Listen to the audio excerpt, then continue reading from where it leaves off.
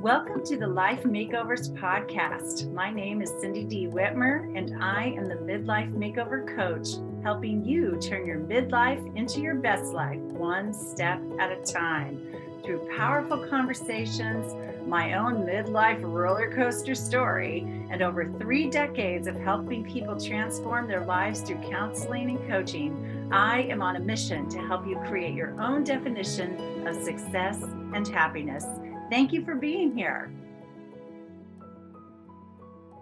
Hey, everybody. Thanks for being here at the Life Makeovers podcast. Do I have a story for you today?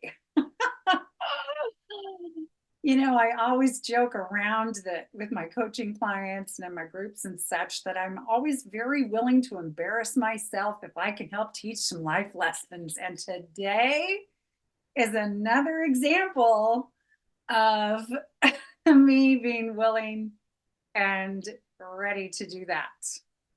Okay, so one of the great joys and opportunities of midlife is that we can have second chances, right? Second chances in all kinds of ways, because the first half of our lives, or whatever you consider your life length up to this point, we've started many things and been through a lot of twists and turns in our journeys. And one of my great blessings in midlife has been having a second chance at love and marriage. And so, as some of you know, and maybe all of you know, I got married last year, May 6th. And so we're coming up on our first anniversary of being married and 7 years of being together. But if it's possible for me, it's possible for you. So that's lesson one. But that's not what I'm really talking about today. The reason I brought it up is because for a series of undetermined or unplanned events, we did not go on a honeymoon until just a couple of weeks ago. And so at long last, we went on our honeymoon in the middle of April, and it was lovely and wonderful. We went to Mexico because neither one of us had been to Mexico. Had a great, wonderful experience. Saw a lot of new things, learned a lot of new things, had a great time together, and so on and so forth. However, the start of our trip was not what we had hoped it would be. Okay. Oh gosh. Okay, so you know how when you're getting ready to be gone for a week in your life, and you have a business or you have a job and you have other organizations and you have all these things and things going on at your house, and so you're trying to get everything done frantically and work ahead in some ways, and it's pretty full speed ahead right up until you're leaving. Well, of course, that was our story in our lives too. And the day before we were leaving to go to Mexico, we also had friends coming to our house to spend a few hours with us and then go on to watch this soccer match, professional soccer match in Kansas City, because one of the greatest soccer players in the world, Messi, his last name is Messi, was playing for Miami, who was playing against our Kansas City team. And so getting to see him play is a great, privilege and thrill for soccer fans. And so they actually put this soccer match in our football stadium, which holds 75,000 people, instead of our soccer stadium, which only holds like 16, 70,000 people, because they knew he would draw this kind of crowd. So anyway, the reason I mention this is because we were getting ready for that company the day before we were leaving, and we were getting ready to go. We were packing, busy packing and getting ready for company. And then we were at the soccer match, and we didn't get home until like 12:30 at night. And then I believe our alarm was set for 4:30, if I remember right. So, anyway, but nonetheless, we got up and did okay, got out the door by 5 o'clock, got all our stuff, drove to the airport. It takes about 45 minutes from our house to get to the Kansas City International Airport. Parked the car in economy parking, got on the bus, et cetera, et cetera. Got to the terminal, got up to the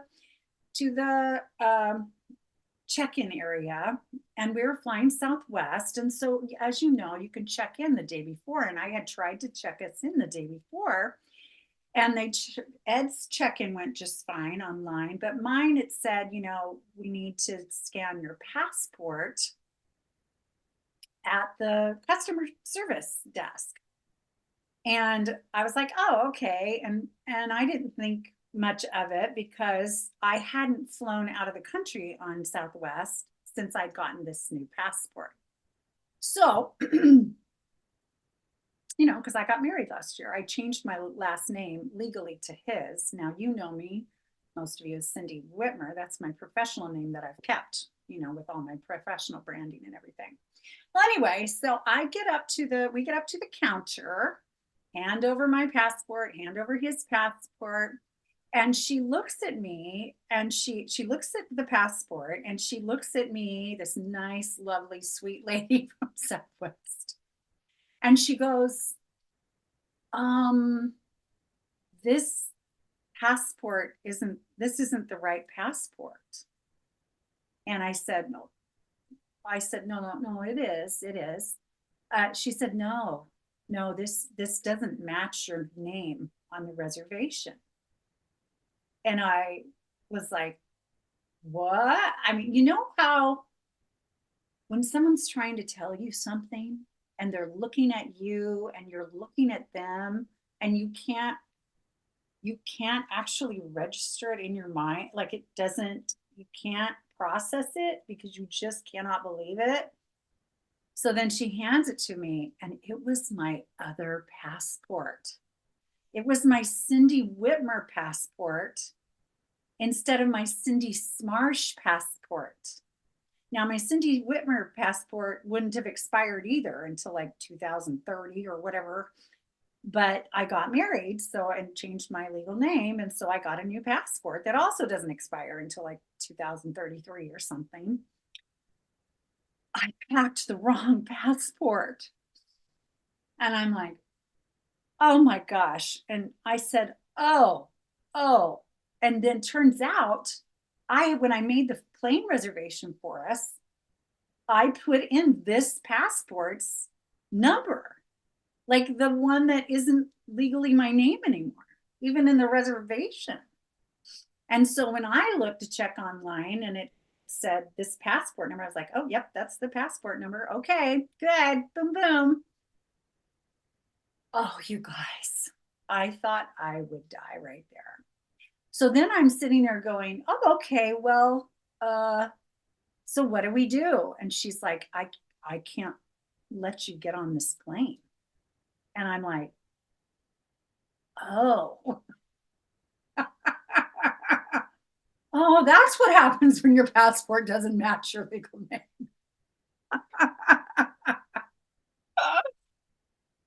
Oh, you guys, I felt terrible.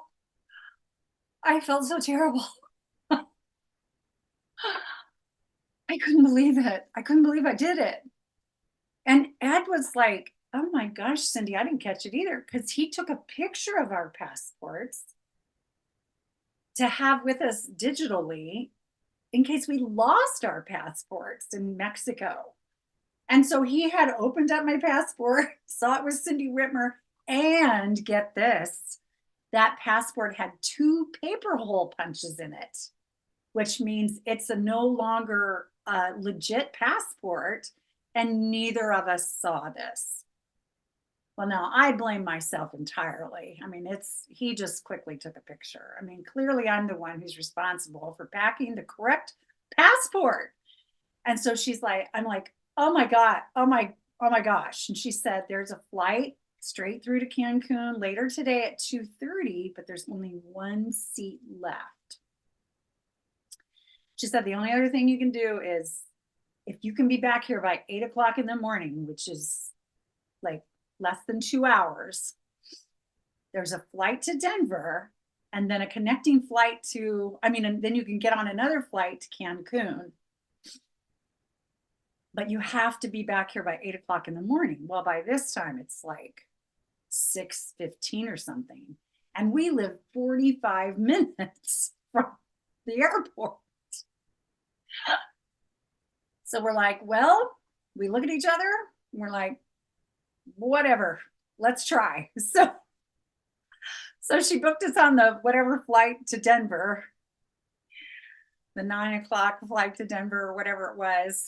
And we skedaddled out of there. So we run out of there. We get on the economy bus as soon as possible to get to the economy parking lot, to get in our car. And we had taken his car for whatever reason. And he's like, I'm going to drive a bit fast. I'm like, I get it. So he's driving fast, and and then he's like, oh, I only have enough gas to get us home. I don't have enough gas to get us back to the airport. I'm like, that's okay. I have enough in my car to get us back to the airport. I know I do. And so I said, when we get to the house, you transfer our bags to my car. I'll run in and get the right passport, and off we'll go. And I'll drive, and we'll see if we can get there. So we did that. And so I drove. My rule of driving is to stay within 5 miles of the speed limit. That's my general rule, and has been for decades and decades and decades. And I've really stuck to it, honestly. But that day, I went 10 over, which I know for some of you, it's like, yes, so what, Cindy, 10 over? Well, in this one stretch of the highway on the way, it's 75 miles an hour. So I was going 85 miles an hour, which is the fastest I've ever driven, which felt a little dangerous, felt a little, out of my comfort zone. But it was a Sunday morning, so, there wasn't much traffic, and we came upon a cop. Well, a cop was off kind of on another road close by, but that cop had stopped someone, and I thought, well, thankfully the cop is busy, distracted with somebody else, so they're not going to come after us, because even a stop from a police officer, we would have missed the plane. We wouldn't have gotten there in time. So anyway, we did it. We got back to the airport. We knew we had to just drive garage parking right by the terminal, because we knew we'd never make it. Parking in economy, getting the bus, driving back over, that's just too slow. So we had to pay for the big, expensive, close, convenient parking, or I am paying for that because it was my mistake. But anyway, we made it just in the nick of time, because their policy is no bags can be checked in. You can't check in less than 1 hour from your flight. And we were just right. We got up there just in time, just at 8 o'clock. And they checked us in, and we got to the gate, we got on the plane. Okay, so then we're on the plane to go to Denver. And Denver is a good size airport. There are 60 gates at Denver Airport. And this flight we were taking was going to land us there about 45 minutes before our flight to Cancun would leave. And I thought, oh boy, that's not a lot of time to get across this airport. There's a ton of gates. It's spread out. I've been in the Denver airport many times, but we've got 45 minutes, hopefully. Well, so we're on the plane in Kansas City. We're all set to go. They pull out. We're on the tarmac, and then they don't go. We don't take off. We're just sitting there. And so I'm thinking, okay, we must be in line. There must be 2 planes in front of us that need to take off. We're visiting with this gal we're sitting with. We're trying, we're not too concerned about anything. We feel like we've made it. We've sweat through the morning and we've accomplished, we sat there. Well, okay. So we're sitting there, and after a while, I'm like, hey, we've been sitting here quite a while. So we called over a flight attendant, and we said, can you tell us what's going on? And he said, oh, there's no airspace. We have to wait for airspace to open up to fly the plane to Denver. And I was like, You're kidding. In my head, I'm thinking there is not enough room in this big, amazing sky for this one little plane to get through to get us to Denver so we can get to Mexico.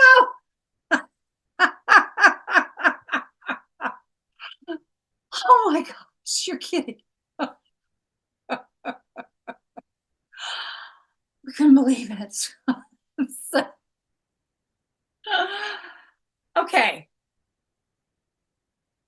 so we sat on the tarmac for 30 minutes. 30 minutes. Okay. So what this meant was if they didn't make up any time at all, which sometimes they can, and sometimes they can't. Depends on all kinds of things, of course.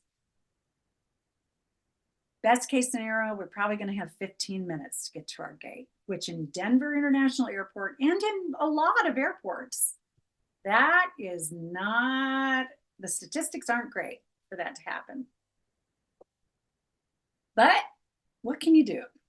You're sitting in an airplane, you're at the mercy of the flight schedules because I made a mistake.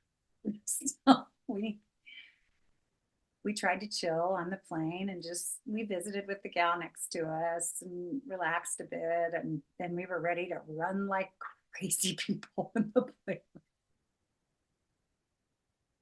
Well, a little before the flight landed, our flight attendant came back over and said, "Hey, I've got good news for you two." And I'm like, "You're kidding, what?" He said, "Your gate to go to Cancun is 4 gates down from our landing gate." I'm like, "Oh, you're kidding." He's like, "No, 4 gates down. We're landing on, I don't know, I think it was 29 and we had to get to 33 or something." I was like, "Oh my gosh, you're kidding. We actually might be able to do that." He said, "Yep, you actually might be able to do that. Probably can." So we landed, and sure enough, we were able to even stop and go to the bathroom because there was a little bathroom in between those 4. I mean, not a little bathroom, but there was a bathroom in between those 4 gates. We got to our gate. We got on the plane just fine. And the flight to Cancun was fine. And so the only real consequences for me not getting the right passport was the larger parking bill, which was about $100 more than it would have been in economy parking, and us losing about 5 hours in Cancun, which, is on the list of no big deal of problems in life, right? So I was so grateful, so grateful. The other suggestion the Southwest gal had originally shared with us was, the same flight, early morning straight through flight to Cancun out of Kansas City, was happening the next morning. So we could wait and go on Monday instead of Sunday. But Monday, we had this whole tour scheduled to Tulum and to snorkel with sea turtles and do a cenote and all this stuff that I didn't know if we could get rebooked. So I was really grateful that didn't end up having to be a concern. And then the car that was to come to get us at the airport and take us to the resort, I tried to call them in my squeaky little few moments in the airport, and I tried to email them and say, "We're not going to be there at 11:15 and we're going to be there at 5 instead. And can we just, is that going to be okay? What can I do?" They didn't answer their phone. They didn't respond to the email. So we didn't know what was going to happen when we got there, if we'd have to book a whole nother car and we'd already paid for it. But they are a large shuttle company, and they have shuttles going constantly and just put us on another one. So it was no problem either. So the consequences were not great. They weren't terrible.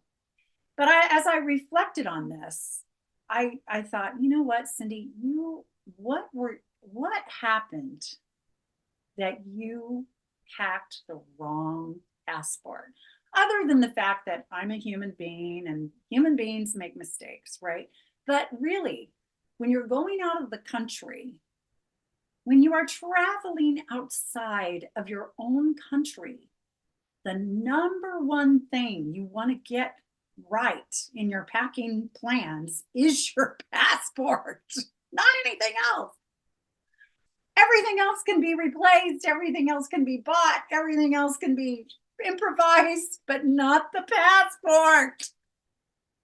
So I reflected on that. And so from that experience, I want to share the lessons that I learned and see how this message might be helpful to you today in your life in some way. That's always my hope, is that something I've experienced or something I've learned could also touch your life in some way. So please, as I'm going through these few things here, these few lessons learned from this, what I call the passport incident, as I go through them, please think about all areas of your life, what's going on, or what patterns you've experienced in yourself, and how they might apply to what you have going on, and see if it might speak to you in some way. Okay? So, number one, the number one thing I think I learned from all of this is I need to slow the heck down. Slow down, because it was like a full speed ahead steam engine getting ready to go, get away for a week, and all that I thought I had to get done, and all blah, blah, blah, and the company the day before, and gone the night before, and rush, rush, rush, and hurry, hurry, hurry, and make sure this is done ahead of time, and make sure that's done ahead of time, and don't forget about this. And so the packing, which should have been my number one priority, I suppose, was probably an afterthought. I threw stuff in, and grabbed the passport that I thought was the most recent without looking at it properly. Oh God. So slow down. Where do you need to slow down in your life? Number two, pay attention to life. Pay attention. Where are you not paying attention? It's clear where I wasn't paying attention. I wasn't paying attention to the most important detail, tangible detail of this trip before taking it. I mean, this is not my first rodeo. This is not my first trip out of the country. I've been out of the country many times in my life. Oh my gosh, I know better than this. I know how critical the right ID is of all things. Oh my gosh. And somehow I missed it. So pay attention. What are you not paying enough attention to? Is it your relationships? Is it some symptoms in your body that your body's trying to tell you something? Is it the amount of money in your bank account dwindling and you're ignoring it because it makes you nervous? What is it? What is it you're not paying attention to that needs your utmost attention? Number three, remain calm. One of the things that I love, love, love the most about my husband is how calm he is under pressure. I mean, he's calm in general, but under pressure, he really finds this calm about him. Like I'm a peaceful person. I really am most times, but I can also, with something catching me off guard, my stressometer can go up fast, very high, very fast. And because he was calm and never once got mad at me about this, not one time, didn't judge me, didn't get frustrated with me, didn't get angry, nothing. He remained calm, and I remained calm with him. It was nice to follow his energy. And that helped us manage the situation better. So when you're under duress, the temptation and the pattern of humans is to elevate fear, elevate anxiety, elevate stress. But what we really need as humans when things are off kilter is to find our calm. Number four. So where do you need to find your calm? Number four, be diligent. Whatever circumstances are going on around you, whatever's happening, when you need to deal with something, I want you to be diligent. And what I mean by that is simply do the next best thing you know to do and just do it. Don't belabor the idea. Don't overthink it.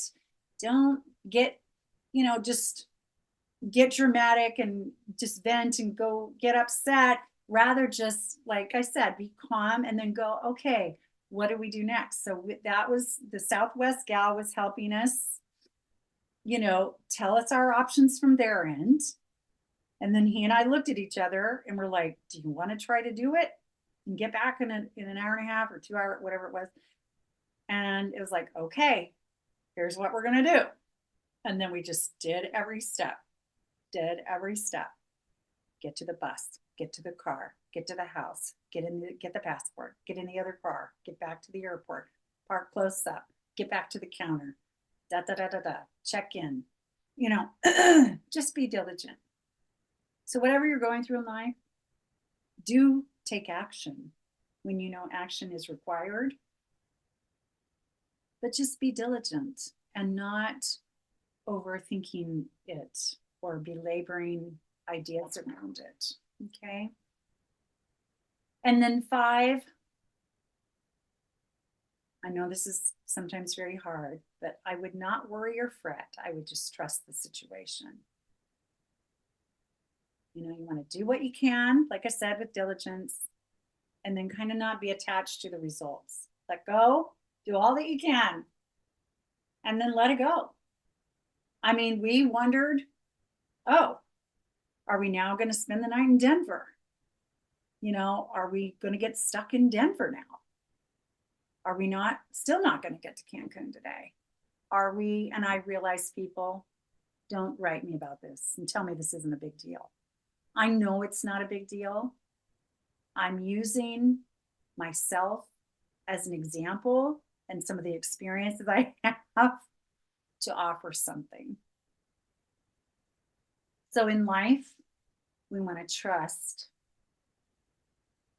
that all is evolving just as it needs to evolve. Trust that when you've done what you can, then you got to let it go and not be attached to a certain result.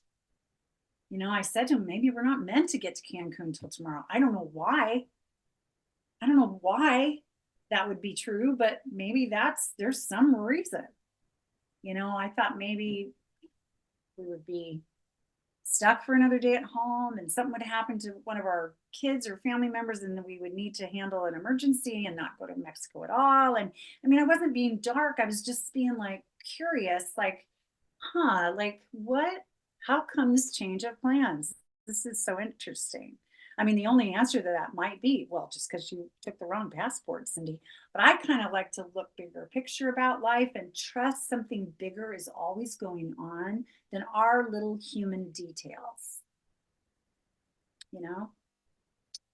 So we want to trust and do what we can and let it go and trust that the results is in our best interest for whatever reason.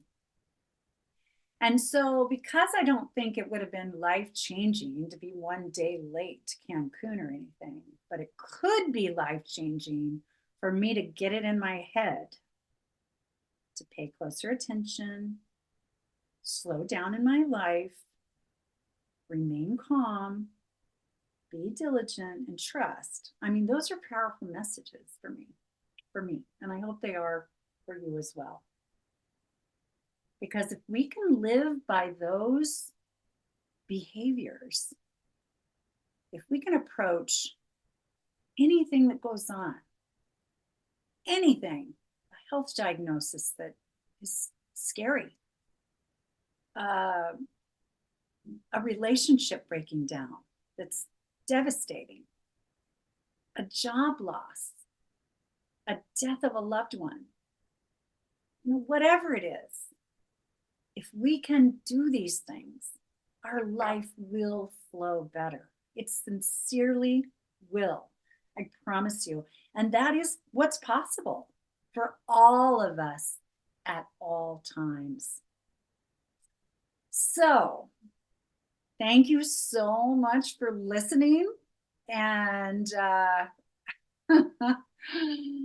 I hope this was helpful to you. I hope you got something from today. And if there's topics you want to hear about, if there's, ideas you have or feedback you'd like to give, I always appreciate reviews of the podcast. You can also email me about, any feedback you want to give about the podcast or things you'd like to hear more about at cindy@cindydwhitmer.com. And I look forward to talking to you again soon. Bye-bye. Thank you so much for listening to the Life Makeovers podcast. Please like, subscribe, and share this podcast with those that you think would also benefit from what we're doing here. And I will talk to you again soon.